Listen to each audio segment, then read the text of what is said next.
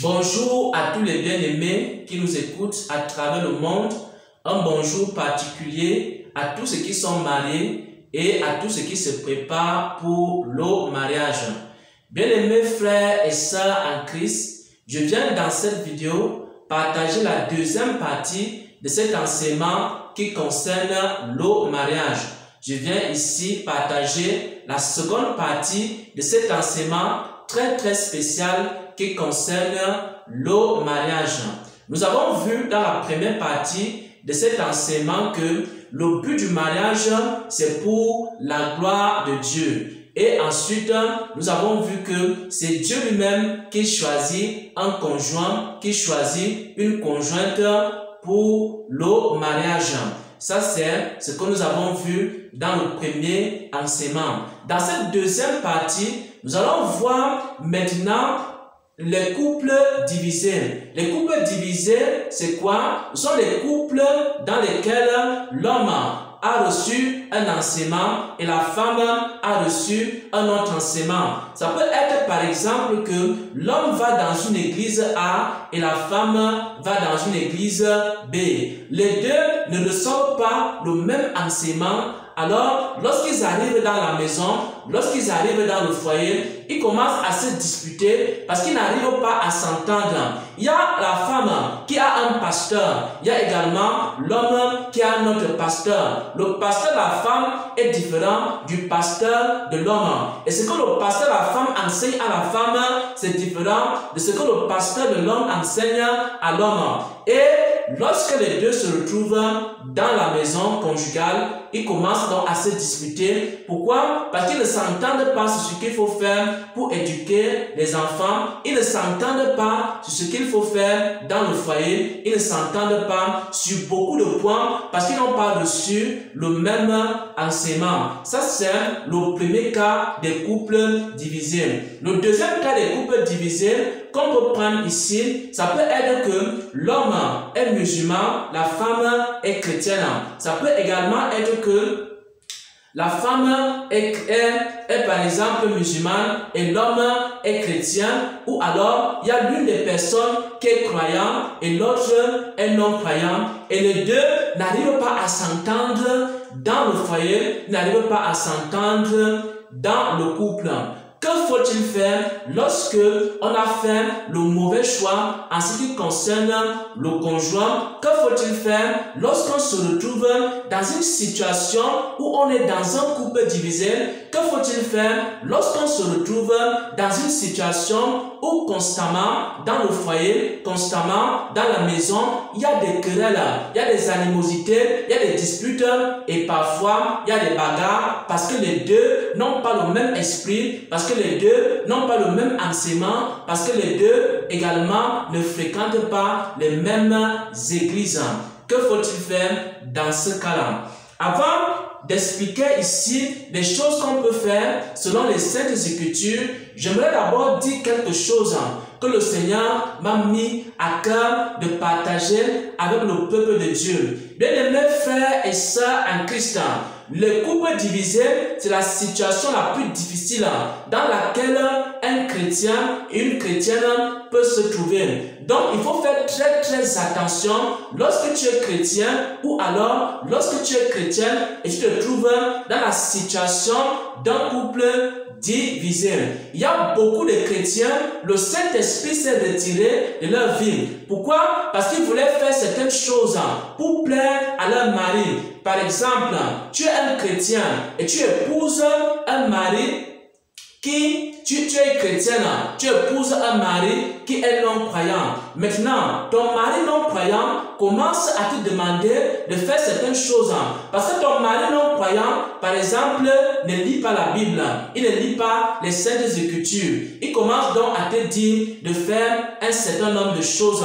Ton mari peut te demander, par exemple, de faire des faux documents. Ton mari peut te demander, par exemple, de t'habiller comme une prostituée. Ton mari peut te demander, par exemple, de regarder la pornographie pornographie avec lui. Alors, si ton mari te demande de commettre un péché, que ce soit sur le lit conjugal, si ton mari te demande de commettre un péché, que ce soit dans la société, si ton mari te demande de commettre un péché, par exemple, vous voulez acquérir du terrain, par exemple, vous voulez acheter un certain nombre de choses, et ton mari, lui, il a des voies détournées, il te demande d'aller faire du faux, il te demande d'aller mentir, alors tu n'es pas obligé d'obéir à ton mari. Si tu obéis à ton mari, dans ce cas-là, alors le Saint-Esprit va se retirer de ta vie. Bien-aimés frères et sœurs en Christ, écoutez très attentivement ce que je suis en train de dire. C'est ce que le Seigneur m'a mis à cœur de partager avec le peuple de Dieu. Parce qu'il y a beaucoup de chrétiens, qui se sont refroidis dans leur mariage. Le Saint-Esprit les a quittés. Pourquoi? Parce qu'ils vivaient avec un mari ou alors avec une femme non-croyante. La femme non-croyante a commencé à leur demander de faire des choses qui sont des péchés, qui ne sont pas conformes à la parole de Dieu. Maintenant, pour plaire à son mari ou alors pour plaire à sa femme, cette personne-là décide maintenant de désobéir à Dieu. La personne décide maintenant de pécher contre Dieu pour plaire à son mari, pour plaire à sa femme ou alors pour avoir un peu de paix dans le foyer. Et lorsque tu es chrétien et que tu es chrétienne et que tu commets un péché parce que ton mari t'a demandé de commettre ce péché-là ou alors ta femme t'a demandé de commettre ce péché, alors si tu commets ce péché, le Saint-Esprit va se retirer de ta vie. Pourquoi? Parce que tu préfères obéir à un homme qu'à Dieu. Pourquoi? Parce que tu préfères pécher devant Dieu pour plaire à ton mari ou alors pour plaire à ta femme. Donc, écoutez-moi très bien, frères et sœurs en Christ. Si ton mari ou ta femme te demande d'aller voler, tu n'es pas obligé d'aller voler. Si tu voles, alors tu es coupable devant Dieu. Si ton mari ou ta femme te demande d'aller commettre un péché quelconque et que le Saint-Esprit t'a déjà enseigné que telle ou telle chose est un péché, mais ton mari te demande de commettre ce péché-là, ou alors ta femme te demande de le faire, alors tu n'es pas obligé de le faire. Si tu le fais, alors tu as péché devant Dieu et ce sera un péché qui va t'empêcher d'entrer dans le royaume des cieux. Parfois, certains hommes de Dieu enseignent que la femme doit être soumise à son mari. C'est vrai, ce sont les saintes écritures. Mais la femme ne doit pas être soumise à son mari si son mari lui demande de commettre un péché. Si ton mari te demande d'aller tuer, tu n'es pas obligé d'être soumise à ton mari. Si ton mari te demande d'aller mentir, tu n'es pas obligé d'être soumise à ton mari. Sinon, le Saint-Esprit va se retirer de toi parce que tu refuses de suivre Dieu, tu préfères suivre les hommes. Sinon, le Saint-Esprit va se retirer de ta vie. Et c'est pourquoi le Saint-Esprit s'est retiré dans la vie de beaucoup de chrétiens. Pourquoi? Parce qu'ils voulaient plaire à leur mari. Ils ont commencé à commettre des péchés. Le Saint-Esprit s'est retiré. Je connais beaucoup de couples chrétiens.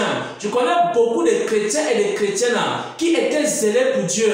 Mais dans leur mariage, parce qu'ils ont épousé une personne qui était non-croyante, ils voulaient plaire à leur mari, ils voulaient plaire à leur femme, alors ils ont commencé à commettre le péché, ils ont commencé à faire certains compromis et le Saint-Esprit se donc retire leur vie et ils commencent à souffrir. Pourquoi? Parce qu'ils ont choisi d'obéir à l'homme plutôt que d'obéir à Dieu. Maintenant, la question qui se pose est la suivante. Si mon mari me demande de faire quelque chose et que ce n'est pas dans la volonté de Dieu et qu'il décide de me chasser, alors qu'est-ce que je dois faire? Alors, nous allons voir ça dans les Saintes Écritures. Nous allons voir ça dans 1 Corinthiens 7 à partir du verset 15. 1 Corinthiens 7 à partir du verset 16. Il est écrit: si le non-croyant se sépare, c'est-à-dire quoi? Une personne a épousé un non-croyant ou une non-croyante. Et il est écrit ici, 1 Corinthiens 7 au verset 15, si le non-croyant se sépare, qu'il se sépare. Le frère ou la sœur n'est pas lié n'est pas lié dans pareil cas. Dieu nous a appelés à vivre dans la paix. Ça veut dire quoi? Ça veut dire que si par exemple, ton conjoint te demande de faire quelque chose qui n'est pas dans la volonté de Dieu, et tu ne le fais pas, alors la personne décide de te quitter parce qu'elle dit que ma femme refuse de m'obéir et parce que je lui ai demandé par exemple de faire telle ou telle chose et elle estime que c'est le péché et ton mari décide de te quitter, alors à ce moment-là, tu n'es pas fautif, alors il faut laisser simplement ton mari partir. C'est pour ça qu'il est écrit, si le non-croyant se sépare, qu'ils se séparent, les deux ne sont pas liés dans pareil cas. Il vaut mieux laisser ton mari ou ta femme partir que de désobéir à Dieu. Ça, c'est la première des choses que je voulais dire ici en ce qui concerne le mariage. Et c'est très, très important. Et le Seigneur m'a mis cela à cœur. Maintenant, la deuxième chose, c'est que lorsque les deux personnes sont mariées, ils sont mariés à vie. Le mariage est une alliance à vie. Donc, il ne faut pas que les chrétiens aient toujours tendance à vouloir divorcer. Ça veut dire quoi? Lorsqu'on a un petit problème avec son mari, même si ton mari n'est pas un croyant, même si tu as un petit problème avec ton mari, tu veux maintenant quitter ton foyer, tu veux maintenant quitter la maison conjugale. Alors, le Seigneur n'est pas pour la séparation, le Seigneur n'est pas pour le divorce, le Seigneur n'est pas pour le mariage. Sauf si le conjoint décide de partir. Pourquoi? Parce que tu refuses de commettre le péché et ton conjoint part. À ce moment-là, tu ne dois pas le suivre.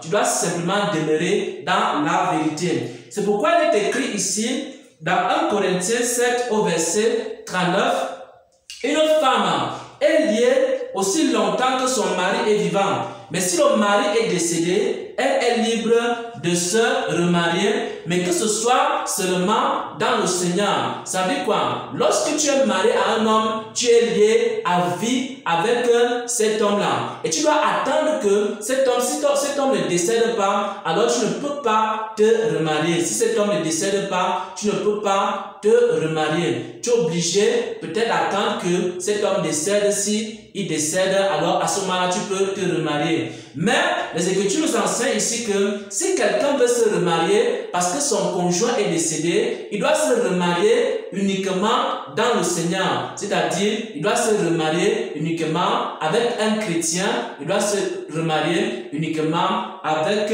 une chrétienne. Maintenant, nous allons aborder dans un autre cas ce qu'on appelle la séparation provisoire. Parce que nous avons vu premièrement la séparation définitive. La séparation définitive, c'est lorsque dans un couple, il y a un conjoint qui demande à l'autre de commettre le péché et le conjoint refuse de commettre ce péché et l'autre décide donc de quitter le foyer. Alors à ce moment-là, il y a ce qu'on appelle la séparation définitive. Maintenant, il y a une séparation qu'on peut appeler une séparation provisoire. Lorsqu'il y a des problèmes dans le foyer et que ces personnes-là peuvent se réconcilier, alors nous allons voir ça dans 1 Corinthiens 7 à partir du verset 10. Il est écrit: à ceux qui sont mariés, j'ordonne, non pas moi, mais le Seigneur, que la femme ne se sépare point de son mari. C'est-à-dire que Dieu n'est pas pour que le couple se sépare. Maintenant, il dit au verset 11, si elle est séparée, donc il peut arriver à certain moment que dans un couple, il y a tellement de tensions. Dans un couple, il y a tellement de querelles. Dans un couple, il y a des bagarres. Dans un couple, il y a des scandales. Et à cause de ces scandales-là, il peut arriver donc que des personnes décident de se séparer pendant un certain temps pour vaquer à la prière et pour que le Seigneur puisse les aider. Alors, pendant le temps de la séparation, ils ne doivent pas se remarier. Ils doivent continuer à chercher la paix, à chercher à se réconcilier. C'est également ce qui est dit ici dans 1 Corinthiens 7 au verset 11. Il est écrit, si elle est séparée, qu'elle demeure sans se marier. C'est-à-dire, si on se sépare de façon provisoire, À cause d'un malentendu, on se sépare de façon provisoire. À cause des scandales dans le foyer, on se sépare de façon provisoire. À cause des bagarres dans le foyer, on se sépare de façon provisoire. Parce qu'on ne s'entend pas sur une doctrine, on peut se séparer de façon provisoire pour une raison X ou alors pour une raison Y. Et les Écritures nous enseignent que s'il arrive qu'il y a une séparation, alors la femme ne doit pas se remarier, mais elle doit plutôt chercher à se réconcilier avec son mari. Pourquoi? Parce que Dieu n'aime pas le divorce. Pourquoi? Parce que Dieu n'aime pas le divorce et le remariage. Au nom de notre Seigneur et Sauveur Jésus-Christ, j'ai ainsi partagé cette deuxième partie de cet enseignement en ce qui concerne le mariage. Et la deuxième partie, c'était les couples divisés. Comment faire lorsqu'on se retrouve dans un couple divisé? Nous avons vu que, premièrement, il y a ce qu'on peut appeler la séparation définitive. Il y a un conjoint qui est croyant et l'autre est non-croyant. Et le conjoint non-croyant demande au croyant de commettre le péché. Le croyant décide qu'il ne va pas commettre le péché pour plaire à son mari ou à sa femme. Alors à ce moment-là, l'autre décide de se séparer. Dans ce cas-là, l'apôtre Paul dit que les deux ne sont pas liés. Et si quelqu'un décide de te quitter parce que tu refuses de commettre le péché, il n'y a pas de problème, il peut partir. Mais toi, reste avec ton Jésus, mais toi, reste dans la vérité, mais toi, reste dans la parole de Dieu. Sinon, si tu commets le péché pour plaire à ton mari, alors le Saint-Esprit va te quitter. Ça, c'est le premier cas de séparation définitive. Deuxième cas ici, nous avons vu qu'il y a ce qu'on appelle la séparation provisoire. La séparation provisoire, c'est lorsque les deux conjoints n'arrivent pas à s'entendre sur une doctrine.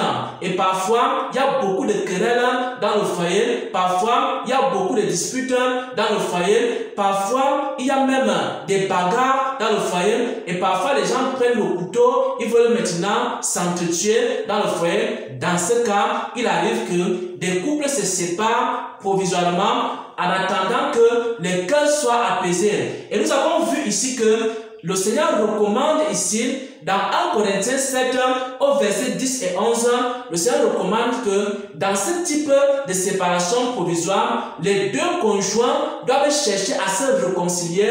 Pourquoi? Parce que Dieu n'aime pas la séparation. Pourquoi? Parce que Dieu n'aime pas le divorce. Pourquoi? Parce que Dieu n'aime pas le remariage. Et nous avons vu dans 1 Corinthiens 7, au verset 39, que la femme est liée à son mari aussi longtemps que son mari est en vie. Donc, pour que la femme se remarie, il faut d'abord que son mari décède. Ou alors, pour qu'un homme se remarie, il faut d'abord que sa femme décède. Ce n'est que dans cette condition-là que l'homme ou la femme peuvent se remarier en cas du décès de l'un des conjoints au nom de notre Seigneur et Sauveur Jésus-Christ. Amen, amen, amen.